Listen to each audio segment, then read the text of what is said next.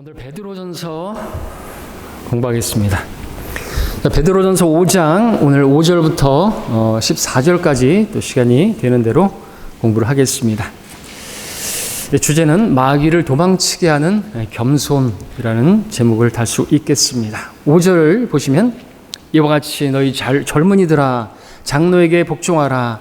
너희 모두가 서로 복종하고 겸손함으로 옷 입으라. 이는 하나님께서 교만한 자들을 대적하시고 겸손한 자들에게 은혜를 주심이니라 말씀하고 있습니다. 자, 특별히 젊은이들아 말씀하고 있죠. 이 젊은이들을 말하면서 반드시 기억해야 될 것을 말하고 있는데 그것은 장로에게 복종하라라고 하는 것입니다. 그래서 장로라는 표현은 이제 목사죠. 목사입니다. 장로교의 장로가 아니라 목사를 말하는 것이고, 그리고 이 장로는 또 나이 많은 그러한 목사를 장로라고 하죠. 나이가 많은 엘더입니다. 그러니까 이 젊은이들이 특별히 나이 많은 사람에게 더더욱 복종해야 되지 않겠습니까? 근데 우리 성경대로 믿는 교회들에서 보면 나이 많은 목사에게 특별히 젊은이들에 의해서 영적 전쟁이 많이 일어난 것을 우리가 성경 침례교회의 역사에서 보게 되는데, 그래서 하나님 말씀은 하나도 허투루 들을 수 있는 게 없죠. 다 귀담아 들어야 되죠. 예. 물론 뭐 나이 든 사람이라고 복종 안 해도 되는 것은 아니겠지만 특별히 젊은이들아라고 말씀하고 있다라는 것이죠. 자, 하나님께서 교만한 자를 대적하시고 겸손한 자들에게 은혜를 주신다. 이 말씀 우리 너무나 많이 들었던 말씀이고 자주 인용되고 있는 말씀입니다. 이 잠언 3장 34절에서 말씀하고 있는 것인데 여기서 인용되고 있고 야고보서 4장 6절에서도 또 동일하게 인용되고 있죠. 예, 하나님께서 교만한 자들을 대적하시고 겸손한 자들에게 은혜를 주신다. 세 번에 걸쳐서 삼겹줄은 쉬 끊어지지 않는다. 이제 중요한 것들은 항상 세 번 말씀하시잖아요. 그곳에는 그들의 벌레도 죽지 않고 불도 꺼지지 않느냐라. 마가복음 9장 44절, 46절, 48절에 걸쳐서 세 번에 걸쳐서 중요하니까 손이 범죄하면 잘라버릴지라도, 발이 범죄하면 잘라버릴지라도, 눈이 범죄하면 잘라버릴지라도 그곳에는 그들의 벌레도 죽지 않고 불도 꺼지지 않니 거기는 가지 말라고. 그래서 중요하니까 세 번이나 토시 하나 틀리지 않는 말씀이지만 반복하고 있단 말이죠. 근데 왜 누가 그런 구절들을 삭제하는 것입니까? 두 번이나 삭제하고 하나만 남겨놓는 것입니까? 그렇게 하면 마귀에 도움이 되는 것이죠. 듣기 싫은 소리라고, 아무리 그러면 듣기 싫은 소리라고 해서 화재 경보기가 시끄럽다고 그걸 어떻게 다 철거해 버릴까요?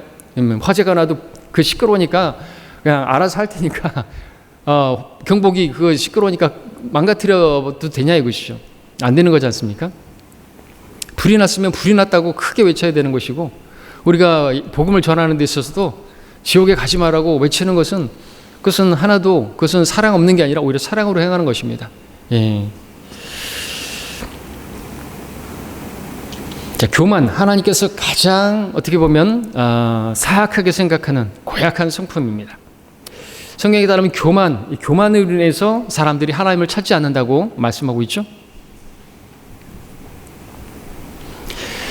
교만한 사람은 하나님을 두려워하지 않습니다. 악을 미워하지 않습니다. 미워할 줄 모릅니다. 그래서 성경은 주를 두려워하는 것이 악을 미워하는 것이라고 말씀하고 있습니다. 그리고 또 직접적으로 하나님께서 이 교만을 미워하신다고 말씀하시죠. 나는 교만과 오만, 악한 행실, 완고한 일을 미워한다. 잠언 8장 13절에서도 말씀하고 있습니다. 성경에 따르면 교만은 모든 다툼의 근원임을 또 보여주고 있죠. 잠언 13장 10절에서는 다툼은 교만으로부터 온다. 이렇게 다투고 있다, 싸우고 있다. 교만하기 때문이라는 거죠. 겸손한 사람들이 있으면 싸움이 안 일어나죠. 교회 안에서도 마찬가지겠죠. 또 잠언 28장 25절에서도 교만한 마음을 지닌 자는 다툼을 일으키나니라고 말하고 있습니다. 다툼을 일으키는 사람이 교만한 사람이라는 것이죠. 거기에는 시작이 그렇습니다. 또 성경은 어리석은 자의 입에는 무엇이 나오는가? 교만의 막대기가 나온다라고 말하고 있습니다. 그래서 교만한 사람들은 어리석은 사람들이죠. 교만의 막대기가 있습니다. 완고하죠. 자기는 겸손하다고 말을 한다? 그러면은 그건 더더욱 교만한 것입니다. 예, 겸손한 사람은 자기가 겸손하다고 말을 하지 않기 때문에 그렇죠. 또 성경에 따르면 이 교만은요, 멸망의 시작이죠. 잠언 16장 18절에 따르면 교만은 멸망에 앞서 온다 그랬습니다. 그러니까 멸망에 앞서 교만이 있는 거예요. 사람이 멸망했다. 어떤 사람이 교회에서 떨어져 나갔다. 교만인 거예요, 교만. 네. 모든 교만의 자식들을 다스리는 자가 마귀이기 때문이라고. 욥기에서 모든 교만의 자식들을 다스리는 자, 마귀라고 말하고 있습니다. 자, 교만의 아비, 마귀라고 했는데요. 모든 교만은 마귀로부터 시작되는 것이에요. 마귀가 어떻게 타락했습니까? 원래 그는 하나님의 보좌를 덮는 다섯 번째 기름 부음 받은 덮는 그룹이었는데, 그 위치상으로 본다면 하나님보다 위에 있었어요. 하나님을 위에서 보좌를 덮는 그룹이었으니까 말이죠. 가장 높은 자라 이거죠. 근데 그 교만이 그를 패망케 만들었죠. 내가 하늘에 올라가서 내가 내 보좌를 하늘의 하나님의 별들보다 높일 것이요, 내가 또한 부편에 있는 회중의 산 위에 앉으리라. 내가 구름들의 높은 곳들 위로 올라가서 내가 지극히 높으신 분같이 되리라. 이사야 14장 13절 14절에서 다섯 번에 걸쳐서 내가 하리라. 영어로 I will 다섯 번 나옵니다. will, 의지미래죠. 내가 하겠다라고 하는 자신의 목표, 자기의 비전. 근데 뭐냐 하니까 하나님보다 자기를 더 높이겠다고 하는 그런 두려움이 없는, 두려움이 없는, 주를 두려워하는 것이 지혜의 시작인데 그 시작이 없는 거예요. 지혜가 전혀 없는 것입니다. 근데 그러니까 마귀의 자녀들도 그 특징이 그거잖아요. 하나님을 두려움이 없어요. 하룻강아지 범 무서운 줄 모른다고 하나님을 두려움이 없이 그렇게 우리가 복음을 전할 때도 욕을 하고 대적하고 그러는 것을 보죠.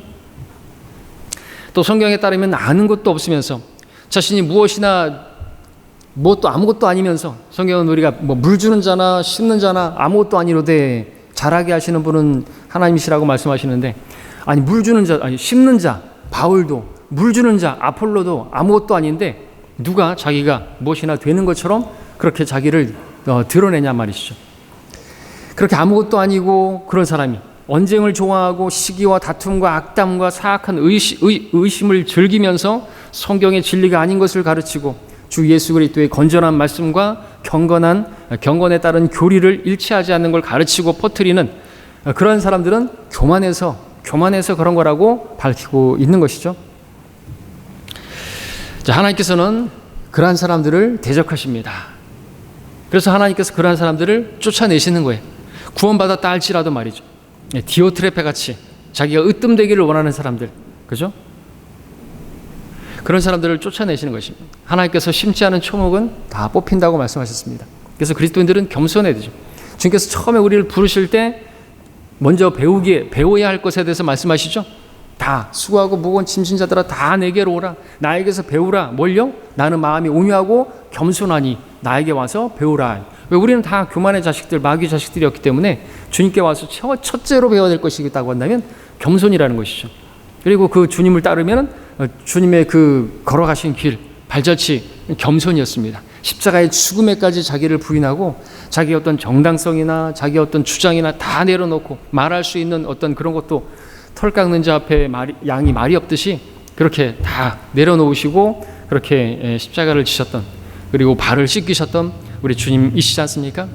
근데 우리가 뭘 좀 알았다고 해서 교만 떤다, 그것처럼 정말 이가 시큰거리게 만드는 일도 없고 꼴사 나온 일도 없다는 것이죠.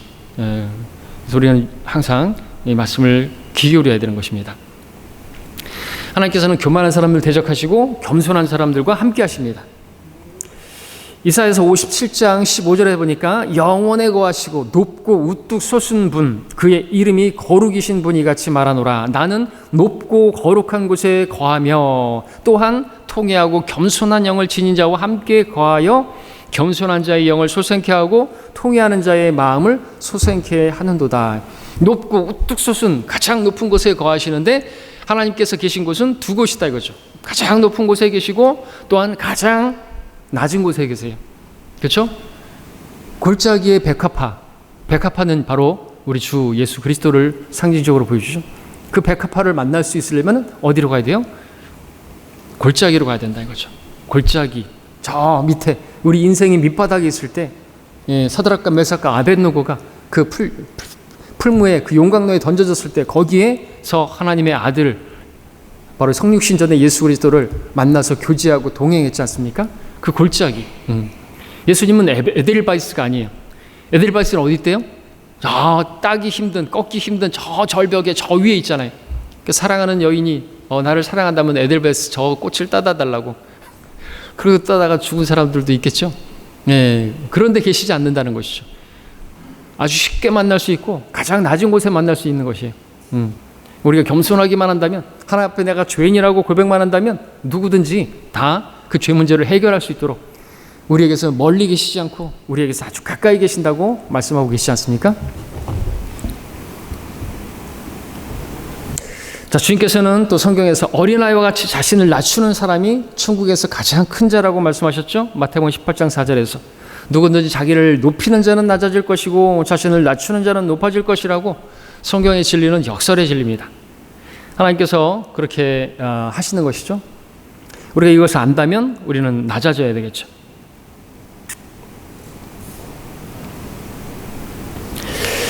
그리고 앞서 이 장로가 목사라고 말씀했을 때 약간 좀 이렇게 갸웃하시는 분이 계셨는데, 우리 사도행전 함께 그럼 보고 갈까요? 사도행전 20장에 보시면 베드로도 자기가 장로된 자라고 했고, 이 장로에 대해서 우리 지난 시간에 봤던 것처럼 양무리의 본이 되고 양을 치고 돌보는 자죠. 그가 장로고 그가 목사인 것입니다. 또 감독이라고 성경에 표현하고 있고요. 사도행전 2장 20장을 보시게 되면은 이 장로들이 목사임을 우리가 알 수 있는 그런 말씀이 우리가 알 수 있습니다. 사도행전 20장 어디입니까?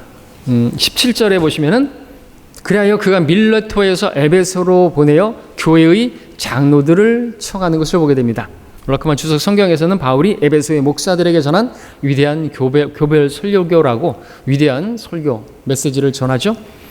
근데 왜 에베소의 장로들을 청하는 거예요? 교회의 장로들, 왜 목사들은 놔두고 장로들을 초대해서 장로들과 이야기를 했던 것입니까? 장로들이 목사이기 때문에 그래요. 지역 교회의 머리는 목사죠. 목사는 장로의 일을 하는 것입니다. 또한 감독의 일을 하는 것이죠. 어떤 일을 하느냐에 따라서 감독이라고 불리기도 하고 목사라고 불리기도 하고 장로라고 호칭하기도 한다라는 것이죠. 오늘날 그냥 목사와 교사로 주셨으니 해서 목사로 그렇게 호칭을 하는 것입니다. 어렵지 않죠? 그래서 그 에베소의 장로들에게 쭉 이야기하는 것들이 나오고 있는 것이죠. 다시 우리 베드로전서 5장으로 가서 6절을 보도록 하겠습니다. 이제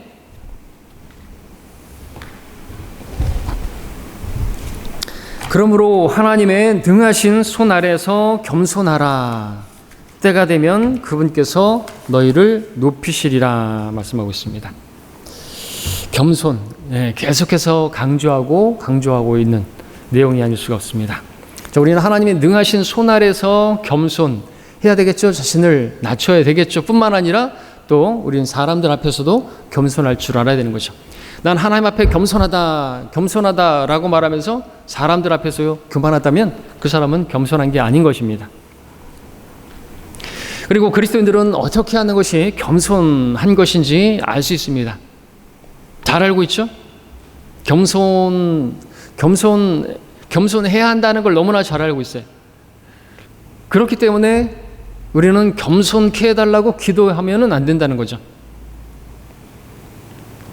성경은요, 스스로 겸손을 말씀하고 있습니다.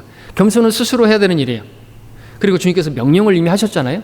근데 나는 주님 너무나 교만한 것 같아요. 겸손케 해주시옵소서라고 기도하면 하나님께서 팔을 걷어붙이시면 죽은 목숨이 된다는 것이죠.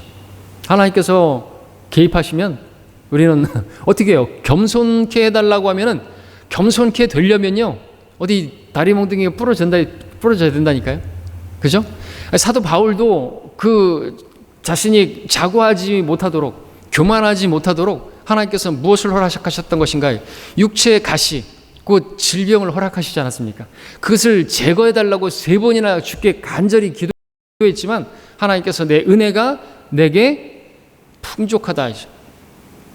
근데 그 은혜가 누구에게 임하는 것이냐?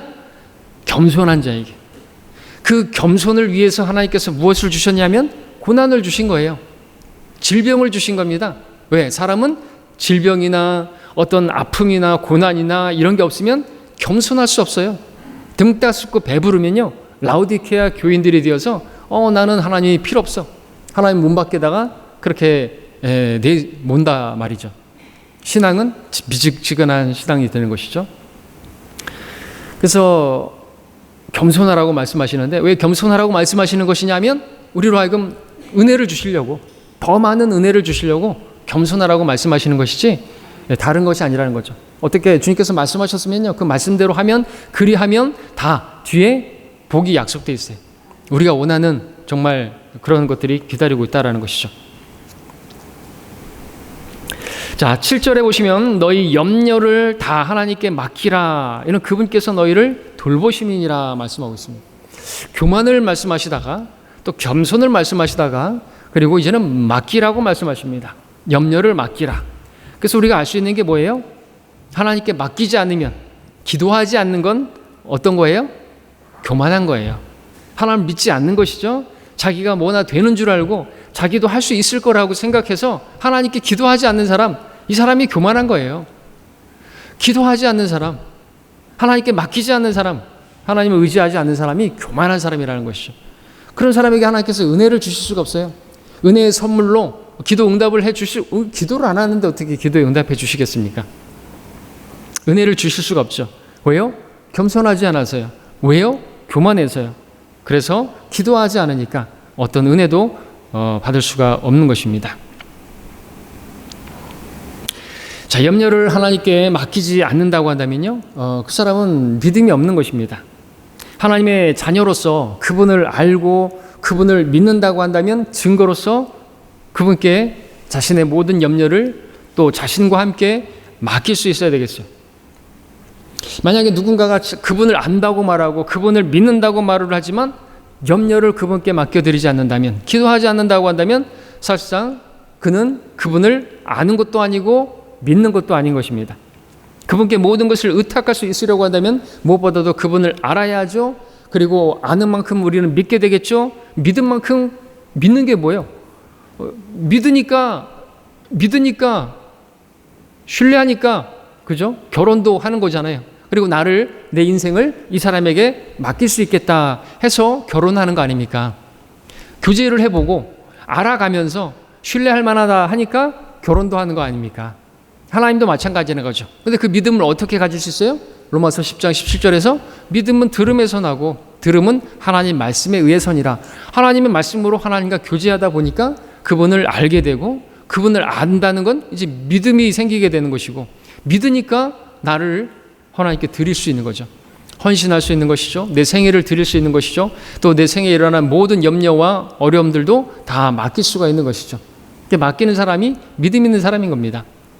누가복음 18장에서 끈질기게 간청하는 과부의 비유, 끈질기게 계속해서 그 불의한 그 사람한테도 기도하는데 하물며 선하신 하나님께 기도하는 사람, 그래도 끈질기게 기도하는 사람, 그러면서 하시는 말씀이 세상에서 인자가 세상에 올 때 믿음을 찾아볼 수 있겠느냐 말씀하셨다는 게 뭐예요? 기도하는 사람이 믿음 있는 사람이라는 거죠. 이루어 주실 줄로 믿고 계속해서 끈질기게 간청하는 과부처럼 기도하는 사람이 믿음 있는 사람이다. 왜? 모든 염려를 주님께 자신의 그 문제를 맡길 수 있는 사람이기 때문에 그렇죠. 하나님을 어느 정도 알고 있느냐, 어느 정도 믿고 있느냐, 그것은 무엇으로 나타납니까? 얼마나 기도하느냐. 모든 일에 아무것도 염려하지 않고 다만 기도하느냐, 그것을 보면 알 수 있다는 것이죠. 성경을 읽지 않으면서 하나님을 안다고 말하고 하나님을 알지도 못하면서 그분을 믿는다고 말하는 건 그것처럼 새빨간 거짓말도 없다라고 럭커 목사님 쓰고 계시죠. 예를 들어서 우리 사람들이 비행기를 탈 때 그 비행기를 어떻게 타요? 와, 롤러코스터 어떻게 타죠? 전 롤러코스터 한번 타고 이제 절대로 안 탄다고. 어떻게 타죠 그거? 사람들 대단한 믿음이 있어요, 그렇죠? 그게 무너지지 않을 걸, 떨어지지 않을 것을 믿고 타는 거 아닙니까? 근데 사실 그 믿음이라기보다는 계속되어지는 어떤 학습을 통해서 근데 그래도 그 계속해서 안 떨어지더라. 떨어지는 비행기도 몇 개 없더라.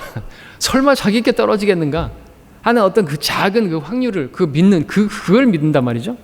그러면서 탄단 말이죠. 어쨌든지 그걸 어느 정도 알고 비행기가 어떤 건지 알고 또 비행기를 모는 조종사가 어떤 그 과정을 거쳐서 비행기의 학습을 거쳐서 이렇게 조종사가 되는지를 알기 때문에 아는 것이 있기 때문에 그만큼 그 비행기와 조종사를 믿고 자기의 몸을 비행기에 실을 수가 있는 거지 않습니까? 하물며 하나님이 어떻겠습니까?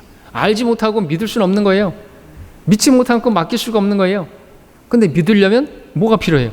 뭐 뜨거운 체험이 필요합니까? 아니죠. 믿음은 들음은 하나님 말씀에 의했으니라. 왕도가 없어요. 성경을 읽지 않으면 안 되는 거예요. 믿음이 없는 겁니다. 시간이 지난다고 믿음이 생기는 게 아니에요. 시간이 지난다고 믿음이 생깁니까? 고린도 교회는 뭐 1년 6개월이나 그렇게 바울이 날마다 그렇게 가르치고 했는데 육신적인 성도가 됐잖아. 근데 데살로니가 교회는 3주 만에 새 안식일에 거쳐서 말씀 전했더니 그들의 믿음이 크게 자라고 서로 사랑하는 것이 풍성하고 정말로 본이 되는 교회가 되지 않았습니까? 시간의 문제가 아니라는 것이죠. 자, 너희 염려를 다 하나님께 맡기라. 또 이 맡기라고 하는 말씀을 또 변개시켜가지고 하나님께 던지라라고 표준역 윤경원이 번역을 했는데 얘는 한글을 잘 몰라요. 한국의 정서를 몰라요. 미국 같은 경우에는 이제 존댓말도 없고 영어가 그래서 그런 환경에서 오래 자랐고 영어권에서 인생의 반을 살았는지 그렇기 때문에 모르니 그래서 그런지 정말 너무나 버릇없는 이런 번역을 했단 말이죠. 하나님께 던지래요. 아니 우리가 하나님께 기도할 때도 겸손하게 정말 불쌍히 여겨달라고 하면서 우리가 기도해야 되지 않습니까? 근데 자신의 그런 것들을 갖다가 하나님께 던지래요. 그냥 던지래요. 그게 참 어떻게 말을 해야 되죠? 참 버릇없는 번역 아닙니까? 우리 한국인이 한글을 사용하는 우리들이 그걸 읽으면서 하나님을 두려워할 수 있겠습니까? 하나님 그렇게 막대해도 되는갑다. 그렇게 생각하도록 번역을 해놨어요. 너희의 모든 염려를 하나님께 던지라. 그 잠언에서도 모든 염려를 던지라. 그런 식으로 번역을 해놨다는 것이죠. 이게 성경입니까? 성경다워야 된다 하죠. 8절을 넘어가겠습니다. 이제 8절. 정신을 차리고 깨어있으라. 이는 너희의 대적 마귀가 울부짖는 사자처럼 삼킬 자를 찾아 두루 다니기 때문이라. 우리 너무나 자주 또 설교에서도 인용하고 있고 이 마지막 때에 정말 마귀가 때가 얼마 남지 않았다는 걸 알기 때문에 울부짖는 사자처럼 삼킬 자를 찾아 두루 다니고 있는 것입니다. 자, 이 말씀은 럭커 목사님께서 특별히 오순절 은사주의자들이 귀담아 들어야 할 말씀이다. 정신을 차리고 깨어 있어야 된다라는 말씀을 현대적으로 해석한다고 한다면 이것은 은사주의자들처럼 미쳐 날뛰지 말라라는 그러한 의미가 되겠다라고 쓰고 계시는 것이죠. 그러니까 은사주의자들은 정신을 차리지 않은 사람들이에요. 정신줄을 놓은 사람들이에요. 여러분들이 볼 때 제정신인 사람들로 보입니까? 저는 가끔 가다가 이렇게 보면은 막 방언으로 막 했었고 뭐 어떻게 설교한다고 막 그러는데 정신이 없어요. 정신이 없어요. 여자씨가 그러고 뭐 했습니다. 여러분 했습니다. 왜 그렇게 하죠? 이게 미친 거 아닌가요? 하나님이 그렇게 정신없는 분이세요? 내가 하나님이라고 한다면 도저히 역겨워서 어떻게 할 수가 없겠는데 이러는데 그게 하나님 믿는 사람의 모습인가요? 정신을 놓은 거예요. 정신을 차리고 깨어서 하나님 말씀을 보면 되는데 그들은 성경을 읽지 않습니다. 그들은 기도하지 않습니다. 기도를 해도 방언으로 하는 것이죠. 은사주의자들. 방언하는 모습이 어떤 모습입니까? 막 괴성을 지르는 것 같고 막 그러는데 저는 마귀에게 그들이 목이 물려갖고 고통스러워하는 모습으로 보여요. 여러분 마귀에게 삼킬 자를 찾아 두루 다니는 마귀와 같다고 했는데 그렇게 그리고 또 울부짖는 사자라고 말했죠. 사자는 아니지만 그렇게 사자처럼 삼킬 자를 찾아다니는데 밀림의 그 사자가 그 초원의 그 임팔라라든지 사슴을 발견하게 되면 어디를 무냐? 목을 물잖아요. 목을 물게 되면은 음식을 섭취할 수 없고 숨을 쉴 수가 없어요. 그리스도인들의 경우에는 말씀을 먹을 수가 없고 또 기도가 막혀서 기도가 안 나와요. 호흡이 안 돼요. 성도의 호흡이 기도잖아요. 이 은사주의자들은 구원 받았는지는 모르겠지만 예수님 믿음에 영접하면 구원 받으니까. 근데 그들은 성경을 안 읽어요. 음식을 못 먹어요. 기도를 못 해요. 기도를 하는데 뭐 어디가 막 막혀 있는 것 같이, 뭐 가시가 걸린 것처럼 막 그러는데 마치 마귀에게 물린 것 같은 그런 모습으로 있다라는 것이죠. 그렇게 보는 것이 지나친 건 아니죠. 성경이 그렇게 말씀하고 있지 않습니까? 자, 마귀는 모방자입니다. 울부짖는 사자는 아닙니다. 예수님께서 유다지파의 사자이시죠? 모방하는 거예요. 사자처럼. 그리고 유다지파의 사자이신 예수님을 또 모방해서 그의 이름이 또 이름에 유다가 들어있죠. 유다 이스카리옷. 그도 예수님처럼 3년 반의 공생의 사역을 하기 위해서 대환란 때 후 3년 반의 그런 본격적인 사역을 할 것입니다. 여러 모양으로 모방하는 것이죠. 그도 죽었다가 다시 살아나게 될 것이고요. 예, 그리고 그도 유다 이스카리옷은 나무에 매달렸죠. 예수님이 나무에 매달린 것처럼 여러 모양으로 그렇게 모방하는 자인 것입니다. 속이는 자이죠. 빛의 천사가 아니에요. 빛의 천사로 가장하는 것입니다. 모방하는 것입니다. 흉내내는 자예요. 그러니까 많은 사람들이 속는 것이에요. 루시퍼, 럭스페라, 럭스 비누 쓰면 아주 얼굴이 하얘지고 깨끗해지나요?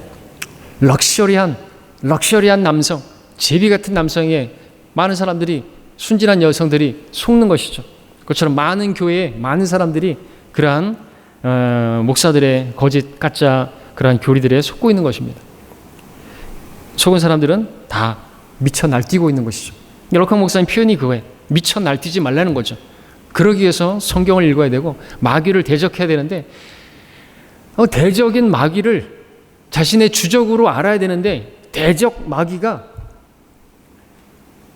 대적인지를 모르고 주적인지를 모르고 대적하지 않으니까 오히려 마귀의 기쁨조들로서 마귀가 기뻐하는 일들을 하고 있는 모습을 보게 된다는 것이죠. 정신을 차리지 않으면 우리도 당할 수 있어요. 마귀는 거짓말쟁이죠. 울부짖는 사자처럼 삼킬 자를 찾아 두루 다니고 있습니다. 근데 욥기 1장 7절에 보니까 하나님께서 말씀하셨습니다. 네가 어디에서 왔느냐? 주께서 사탄에게 말씀하시기를 네가 어디서 왔느냐? 하니 사탄이 주께 대답하여 말씀드리기를 땅에서 여기저기 위아래로 두루 다니다가 왔나이다. 거짓말. 뭐 하다가 왔어요? 베드로전서 5장 8절의 말씀에 따르면 삼킬 자를 찾아 멸망시키기 위해서 사람들을 미혹하고 속이고 거짓하다가 온 거잖아요. 근데 마치 땅 아래 위로 저기 뭐 그냥 하나님께서 지으신 아름다운 세계를 마치 구경하다가 온 것처럼 자기가 목적은 다 빼놓고 그런 식으로 거짓말하면서 그렇게 얘기를 했다라는 것이죠. 속지 말아야 되는 것입니다.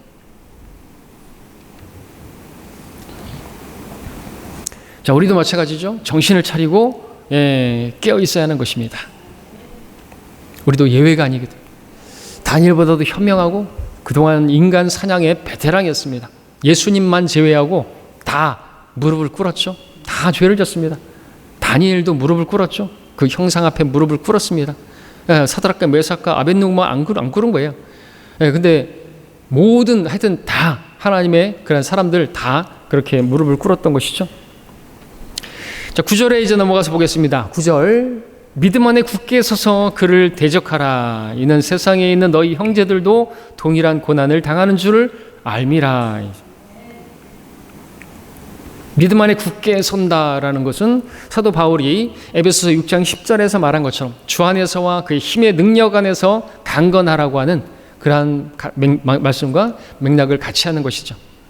바울이 또 디모데에게 내 아들아 그러므로 너는 그리스도 예수 안에 있는 은혜 가운데서 강건하라고 하는 말씀, 디모데후서 2장 1절의 말씀과 같은 맥락의 말씀이 되겠습니다.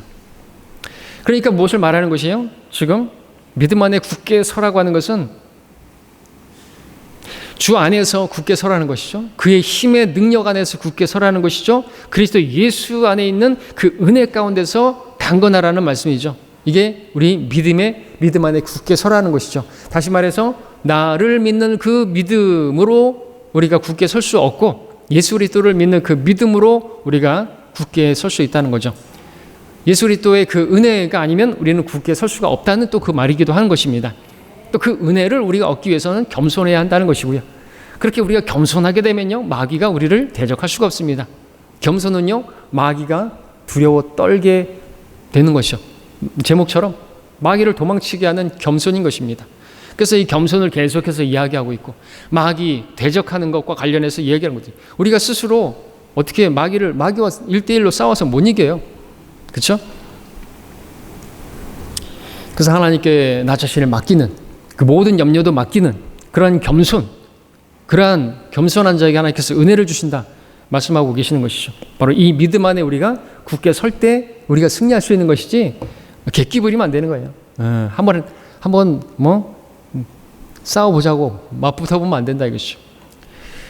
물론 우리가 마귀를 대적하라고 했으니까 하나님께서, 우리 주님께서 말씀하신 것처럼 사탄아 물러가라 그렇게 말을 하고 내 뒤로 물러가라 그렇게 대적을 해야 하는 건 맞지만, 그렇다고 해서 사탄을 대놓고 여러분들이 막 욕한다든지 그러면은 안 되는 것이죠. 그리고 사탄이 한 것도 아닌데 막 사탄이 한 것처럼 뒤집어 씌우고 그러면은요 큰일 납니다. 그런 일을 했다가 큰일 난 사람들이 실제로 있었어요. 간증을 하는 거예요. 자, 우리 힘으로, 내 자신의 힘으로 마귀를 대적해서 시도하고 이런 것은 백전백패한다라는 사실을 알려주고 있다라는 것입니다. 영적 전쟁에서 그리스도인들이 지켜야 할 규칙이 있습니다. 우리 그리스도의 군사들, 규칙을 따라서 믿음의 선한 싸움을 싸워야 되는데, 규칙대로 하지 않으면 면류관을 받지 못한다고 했는데, 그 규칙 가운데 하나가 바로 이것이 그리스도 예수 안에 있는 은혜 가운데서 우리가 서 있는 것이죠. 믿음 안에 굳게 서서 마귀를 대적하려고 한다면, 동일한 고난을 당하고 있는 이 말씀에 따르면 그러한 동일한 나뿐만 아니라 다른 성도들도, 형제들도 동일한 고난을 당하고 있는 줄을 우리가 알고 위로를 얻으면서, 그죠? 또 겸손하게 또 그들을 위해서 기도하고 그래야 되는 건 마땅한데, 무엇보다 럭커 목사님께서는 예수 그리스도를 또한 생각하지 않으면 안 된다. 그러니까 나와 같은 동일한 고난을 당하고 있는 형제들을 생각하는 것은 당연하고, 예수 그리스도를 우리가 생각하지 않으면 안 된다. 예수 그리스도 안에 있는 그 믿음, 또 그분의 그 은혜를 생각하지 않으면 안 된다. 그러지 않고서는 우리가 그리스도의 고난의 길을 걸어갈 수 없기 때문이다. 그 고난의 길을 걸어갈 각오가 되어 있으려면 바로 이 믿음으로 무장을 해야 한다는 것이죠. 내가 아니라는 거죠. 내가 아니요 그리스도를 앞세워야 되는 것입니다. 그리스도께서 싸워주실 것이고, 그리스도께서 내 안에서 일하실 것이고, 그러면은 막힘이 없죠. 막힐 수가 없습니다. 그리스도를 막을 수 있는 존재는 없기 때문에 그렇죠. 자, 10절 11절. 그러나 모든 은혜의 하나님 곧 그리스도 예수로 인하여 그의 영원한 영광으로 우리를 부르신 분께서 너희가 잠깐 고난을 받은 후에 너희를 온전케 하시고 견고케 하시며 힘을 주시고 확고히 하시느니라. 그분께 영광과 권세가 영원부흥토록 있을지어다. 아멘. 자, 그리스도인들이 마귀와 대적해서 싸우느라 또 고난을 당하고 할지라도 그 고난은요, 감사하십시오. 잠깐뿐이라는 것이죠. 다 지나갑니다. 지나가고 나면 우리에게는 영광이 기다리고 있는 것이죠. 그리고 그런 고난을 또 허락하시는 것은 우리가 그 고난 뒤에 온전케 하시고 견고케 하시고 힘 주시고 확고하게 하시는 그러한 주님의 연단이 있기 때문에 그렇습니다. 그러니까 말하자면 성숙한 그리스도인이 되게 하시려고 그런 연단을, 그런 고난을 허락하신다는 것이죠.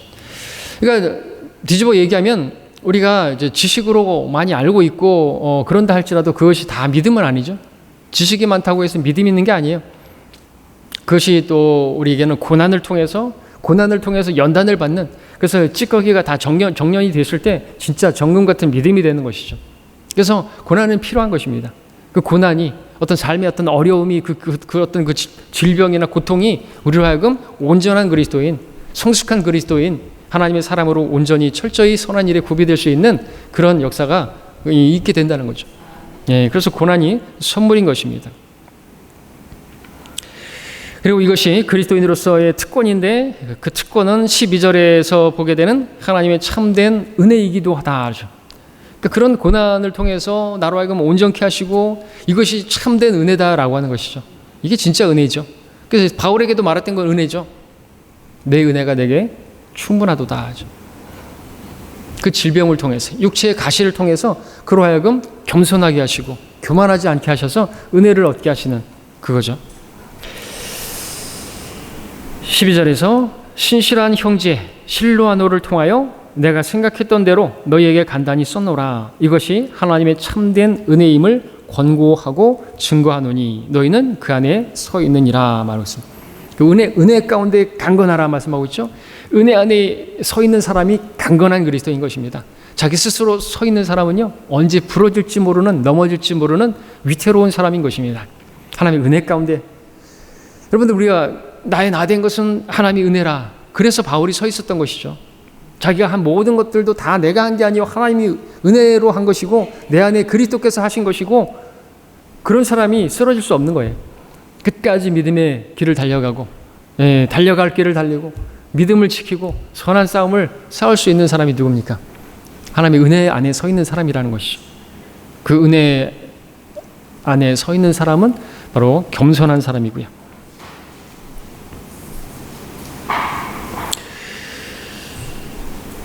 자, 13절을 보겠습니다. 이제 너희와 함께 택함을 받은 바빌론에 있는 교회와 내 아들 마르코도 너희에게 문안하느니라. 여기 기록된 바빌론, 지리적으로 실제적으로 바빌론을 말하는 것입니다. 베드로는 이방인들에게 갔던 것이죠. 그 땅 바빌론에 가서 그곳에서 말씀을 전파했던 것입니다. 그곳에 유대인 그리스도인들도 있었고 이방인 그리스도인들도 있었던 것이죠. 그래서 베드로전서 1장 1절 2절에서 우리가 봤던 것처럼 이 서신이 폰토, 갈라디아, 카파도기아, 아시아, 비두니아에 흩어져 있는 타국인들, 그리스도의 핏부림으로 택함받은 자들에게 쓴다고 베드로전서 1장 1절 2절에서 시작하고 있지 않습니까? 마찬가지라는 것이죠. 이 바빌론은 근데 로마가 아닌 것이. 근데 리빙 바이블에는 변개된 성서에는요, 이 베드로가 로마에서 사역했다는, 로마에 있었다라고 하는 로마 카톨릭의 헛된 주장을 뒷받침해 주려고 바빌론을 갖다가 로마라고 그렇게 고쳐놨습니다. 변개시켜놓은 거죠. 왜? 로마의 바티칸에 베드로가 있었고 로마 카톨릭의 초대 교황은 베드로라고 주장을 하는데, 도대체 로마에 베드로가 있었다고 하는 근거가 없는 거예요. 근데 이제 성경까지 변개시켜 가면서 그렇게 로마에 베드로가 있었고 사역했다고 그것을 주장하는데, 리빙 바이블이 일조하고 있다라는 거죠. 근데 허구인 것입니다.